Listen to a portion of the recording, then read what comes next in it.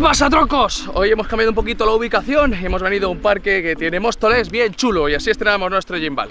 Hemos sido partícipes de una actuación policial relacionada con los robos con fuerza en los domicilios y me ha parecido bastante interesante explicaros cositas que hemos visto. Así que os lo explico en un momentito, que a mí no me cuesta trabajo. ¡Al ahorita!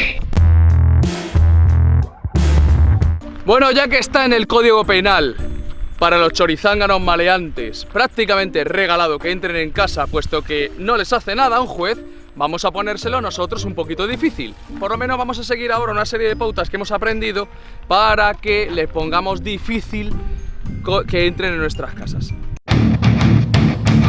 Pauta número 1. Tenemos que tener en cuenta el bombín que tenemos, sobre todo la marca más odiada, puesto que para los chorizánganos es la mejor, es Ezcurra. Si alguno tiene bombín Ezcurra y además de hace más de 10 años, revisadlo. Tiene que ser anti-bumping. Los chorizos están entrando por un sistema que aquí os pongo un pequeño vídeo que se llama bumping. Trata de un martillito dando golpes, ¿vale? Colocan ahí una llave falsa comprada por Amazon, aquí también podéis ver aquí la imagen, y mediante esa llave falsa que han comprado nos golpean con un martillito y nos quitan las vueltas de llave. Eso se llama bumping. Pues nuestro bombillo nuevo tiene que ser anti-bumping. Ese es el punto número 1. Cuidado con Ezcurra, cuidado con MCM. Si hemos hablado de que el bombín hay que revisarlo si es Ezcurra o MCM tal y cual, lógicamente la llave también tiene que ver.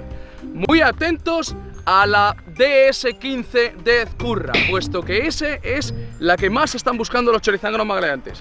Si alguno de vosotros en el llavero tiene la marca Ezcurra de la llave de casa y es la DS15, ya podéis cogerla así y la tiráis. Ya sabéis, lo más recomendado, trasca y hacemos bombín nuevo con llaves nuevas que sean anti-bumping, anti-taladro, anti-rotura, anti-ganzúa. Vamos a verlo bien. Por 60 euros nos quitamos un disgusto.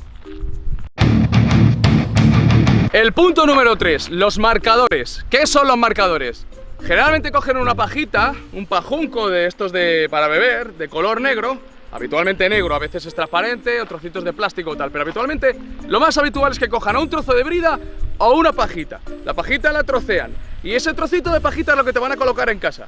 Si ese trozo de pajita no se cae en 3 o 4 días, indica que esa puerta no se ha abierto en ese tiempo.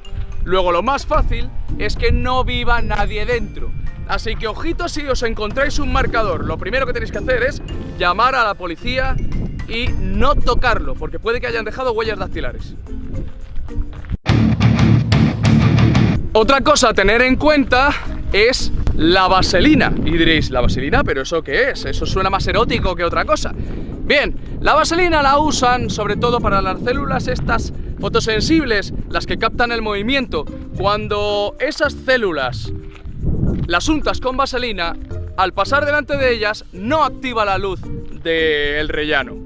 Por supuesto también las puertas contrarias a donde vayan a hacer el bumping para entrar a ese domicilio, si untas las mirillas de vaselina, tampoco vas a poder captar la forma de la persona que esté fuera. No vas a tener noción cuando tú mires por la mirilla. Luego, si alguna vez veis alguna mirilla con vaselina, cuidado, porque están bicheando el piso contrario seguramente. La mayoría de las veces, sin darnos cuenta, ponemos en las redes sociales que no vamos a ir de vacaciones y eso es dar una gran pista de que nos estamos pirando y dejamos la casa vacía. Si eso lo juntamos a todo lo dicho anterior, ya es la opción total para que se lleven nuestra recreativa de dentro.